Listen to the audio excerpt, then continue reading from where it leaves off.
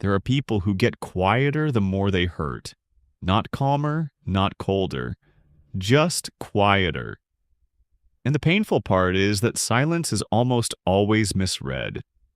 Other people see distance. They see withdrawal. They see someone going blank, going hard, going somewhere unreachable. But what they usually do not see is that inside that silence, something is being held together with both hands. Because some people do not go quiet when they are hurt because they feel less. They go quiet because they feel too much, too fast, and too deeply to trust what would come out if they spoke before the storm inside them had a shape. And if that is you, then maybe one of the deepest misunderstandings of your life has been this. People thought your silence meant you did not care, when often it meant you cared so much that you were trying not to let pain speak for you. That is what this video is really about. Not just why some people go quiet when they are hurt, but why that silence can become both a refuge and a prison.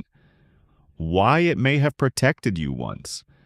Why it may still protect you now. And why, if you never understand it clearly, it can also become the very thing that keeps love from reaching you in the way you always hoped it would. Because there is a difference between silence that helps you return to yourself and silence that slowly teaches the world to stop looking for you. And that difference matters more than most people realize. When people imagine emotional hurt, they usually imagine expression. They imagine crying, or arguing, or venting, or saying exactly what is wrong in the moment it happens. But that is only one style of pain. There's another kind that looks almost invisible from the outside. Someone says something that lands too deep.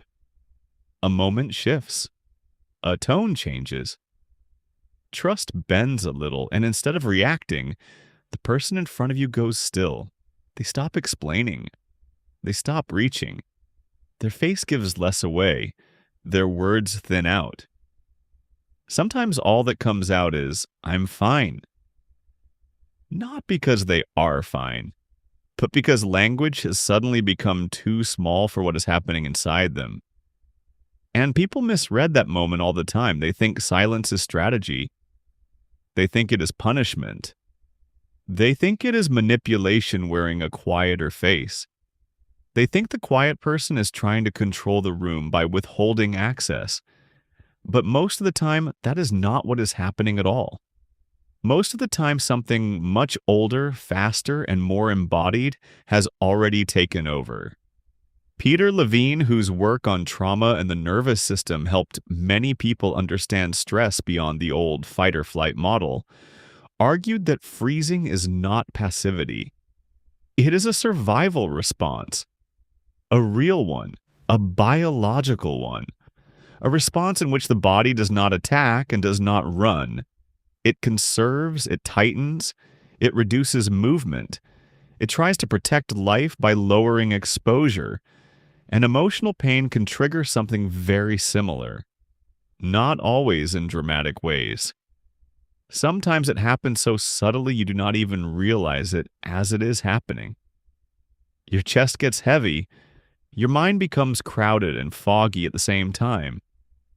You can feel the hurt, but you cannot immediately organize it. Words are somewhere nearby, but not reachable.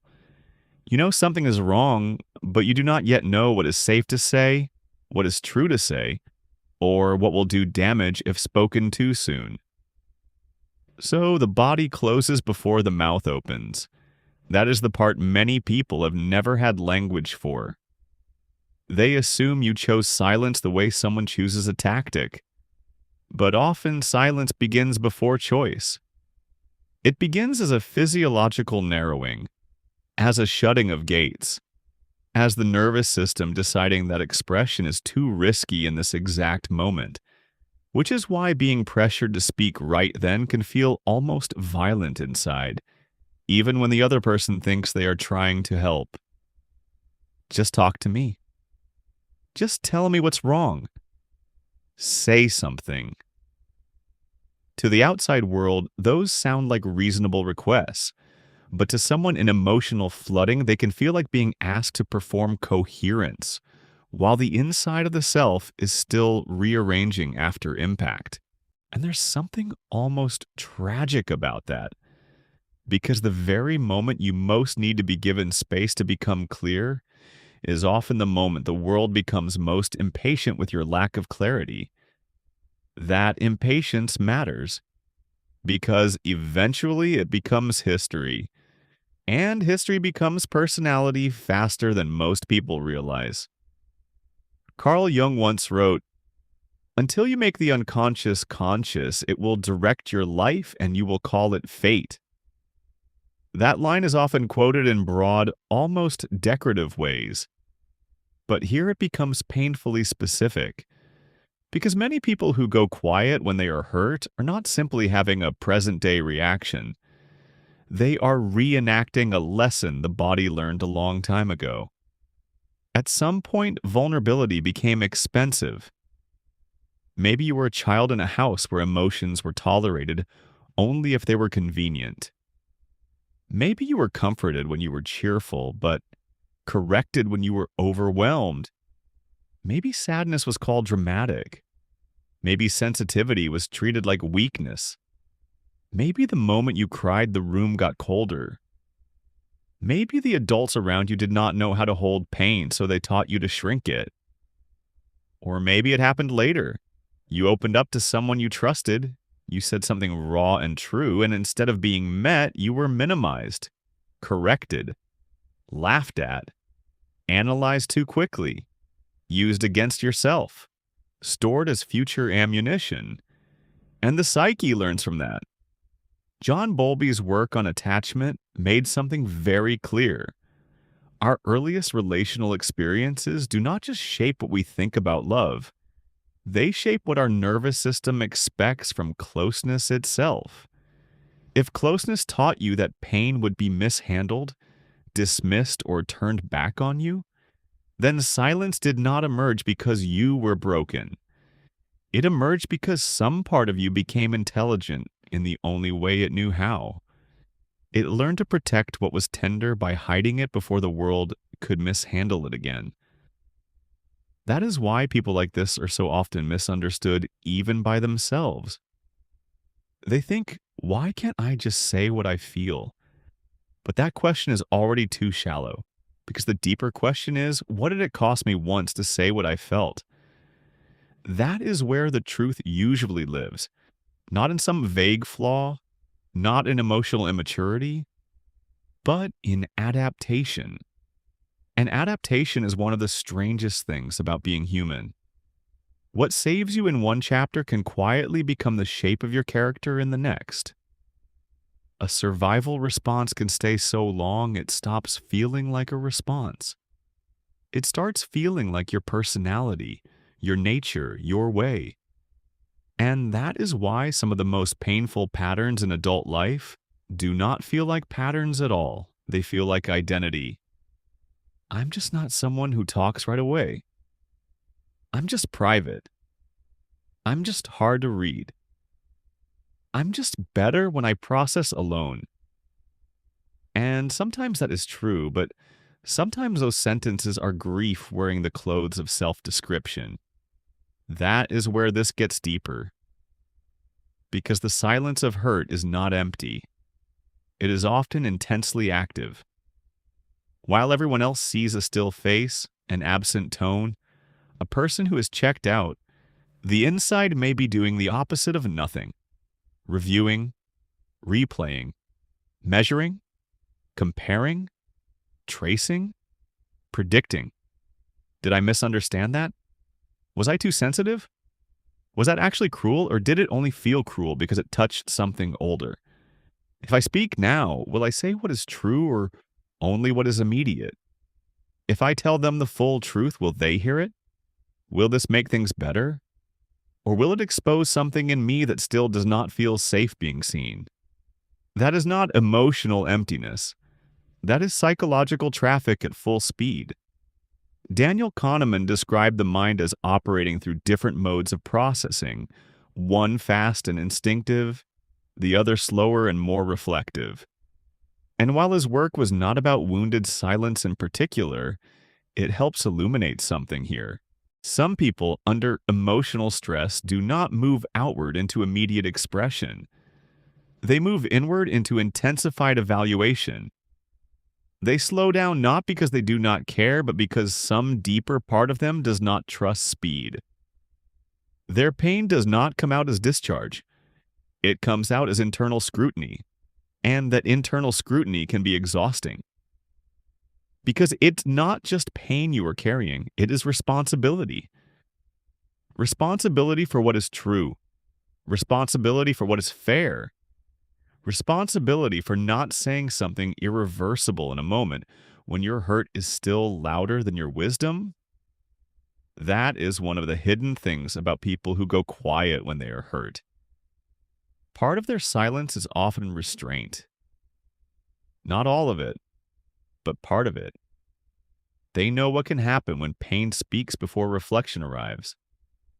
They know that not every feeling deserves a microphone the moment it appears. They know that raw emotion can distort, that injury can make accusation feel like honesty, that being wounded can tempt people into making their hurt someone else's identity. So they wait. And from the outside, waiting can look like absence. But from the inside, it can be a form of care, a painful one, a lonely one. But care still. In that sense, silence is not always the opposite of love. Sometimes it is a clumsy attempt to protect love from the most chaotic parts of pain. And yet, this is exactly where the paradox begins. Because what protects the relationship in one moment can strain it in the next. What prevents emotional shrapnel from flying can also leave the other person standing in confusion, locked out of the room where the real experience is happening. This is the part most comforting videos do not go far enough to say. Yes, your silence may be understandable. Yes, it may have deep roots. Yes, it may be more emotionally sophisticated than people realize. But that does not automatically mean it is harmless. Some silence regulates. Some silence disconnects. Some silence helps truth ripen. Some silence delays truth until intimacy begins to starve. And if you never ask which kind yours has become, you can spend years defending a coping style that no longer knows the difference between protection and disappearance. That is the deeper wound. Not just that you were misunderstood, but that the thing you learned to survive with may now be shaping how close anyone is ever allowed to get. Viktor Frankl wrote that between stimulus and response there is a space, and in that space is our power to choose. For many people, silence is an attempt to find that space, to avoid reacting from injury alone, to reach something more deliberate, more true, and that can be wise. But the difficulty is this: when the original wound is strong enough, the space between stimulus and response can become so wide that relationship itself begins to thin out inside it. By the time you are ready to speak, the moment may have gone cold. The other person may have created their own explanation. The original hurt may now be wrapped inside a second hurt. The hurt of not having been reached, not having been followed in the right way, not having been understood in the silence. That is why some people feel trapped in a terrible contradiction. They do not want to speak too early, because speaking too early feels false or dangerous. But they do not want to wait too long either, because waiting too long turns pain into distance, and distance into story, and story into separation. They want to be understood, but they only feel safe when they withdraw. That is not a small contradiction. That is the central tension of their emotional life. And once you see that clearly, a lot begins to make sense. Why you can care deeply about someone and still go unreachable when they hurt you. Why you can want closeness and still disappear inside yourself the moment closeness becomes the place where pain enters. Why part of you longs to be met without having to speak first, while another part mistrusts being seen before it has made sense of itself. It is not inconsistency, it is conflict. Two needs pulling against each other at once: the need for protection and the need for contact, the need to keep the self intact and the need to be known, the need to delay speech until it becomes true, and the fear that by the time truth arrives, connection will already have thinned. This is where emotional pain stops being just a reaction and becomes a philosophy of selfhood. Because beneath the behavior is often a belief, and beneath the belief, an identity. Not, I am a person who goes quiet, but something closer to, my feelings become safe only when I have contained them enough. Or, I can be close to you, but not while I am still unformed inside my own hurt. Or even, if I let you see my pain before I understand it, I risk losing dignity.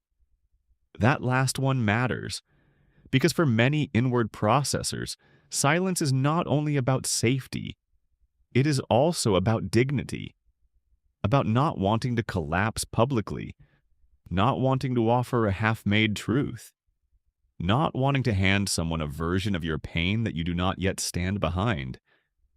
William James, in his writing on the self, understood something essential: that our inner life is not static material waiting to be reported. It is lived, flowing, shifting experience.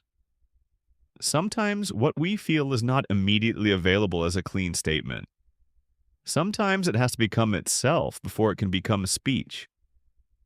Some people know that intuitively, so they wait for the feeling to mature, for the noise to become signal, for the first wave to pass, for the truth beneath the first truth to emerge.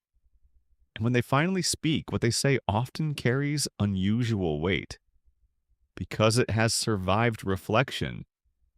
It has been tested against shame, anger, memory, fairness, and consequence. It has been turned over enough times to lose some of its vanity and keep more of its truth. That is why people like this can sometimes say very little and mean all of it. In a world that increasingly rewards immediacy, there is something rare about that.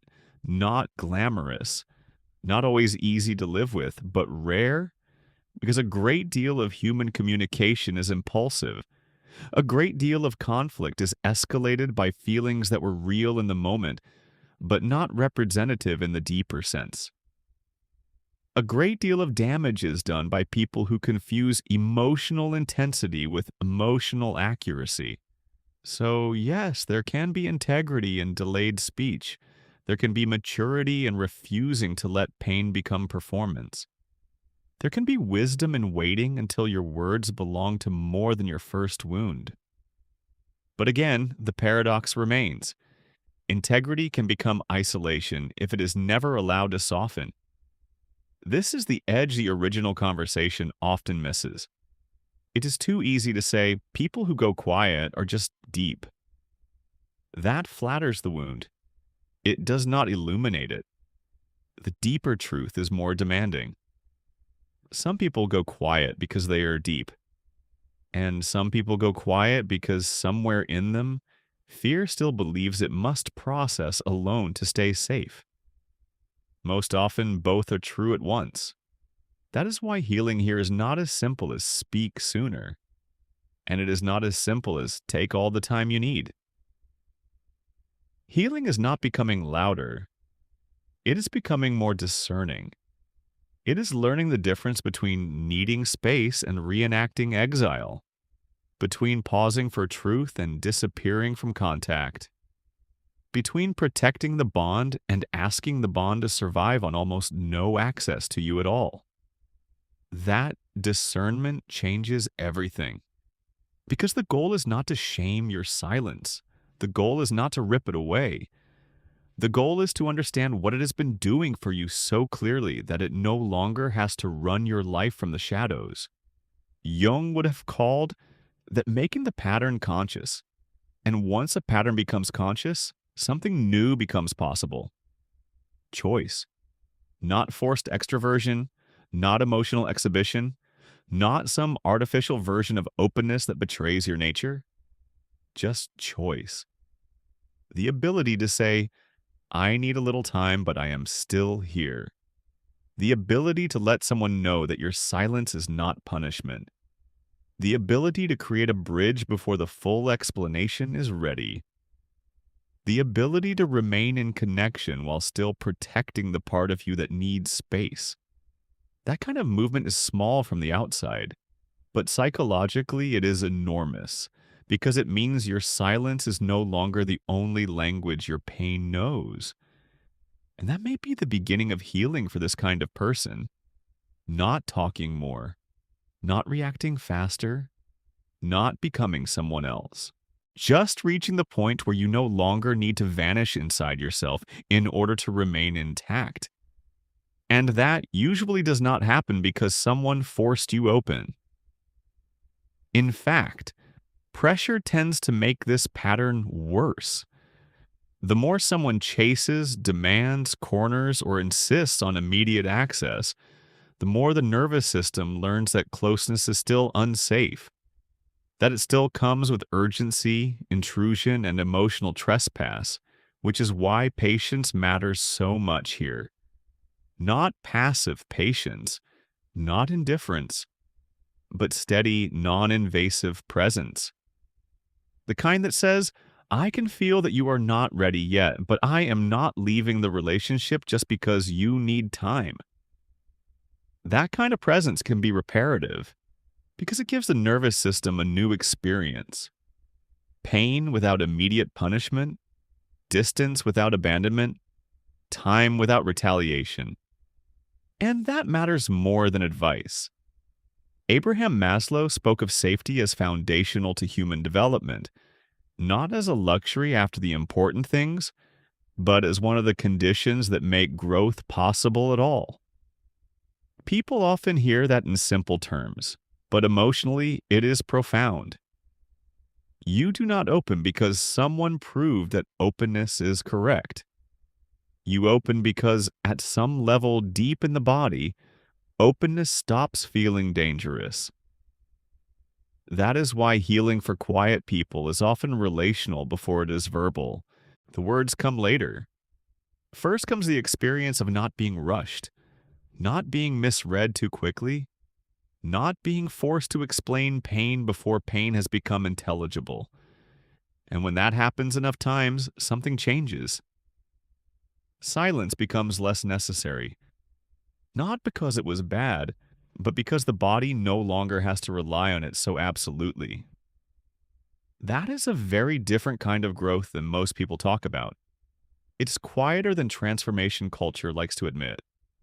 There is no dramatic before and after, no bold declaration that from this day on you will always speak your truth in real time. For some people, healing looks much smaller. It looks like staying in the room. It looks like sending one honest sentence before disappearing for 2 days. It looks like saying, I'm hurt and I need time to sort it out. It looks like not punishing yourself for needing space, but also not calling total disappearance maturity when it is really fear. That is the middle path. And it is a hard one, because it asks you to honor the intelligence of your adaptation without worshiping it, to respect what your silence did for you without letting it define the limits of your intimacy forever. And maybe that is the most important reframe in this whole conversation. Your silence was not the absence of feeling. It was the cost of learning that feeling out loud was not always safe.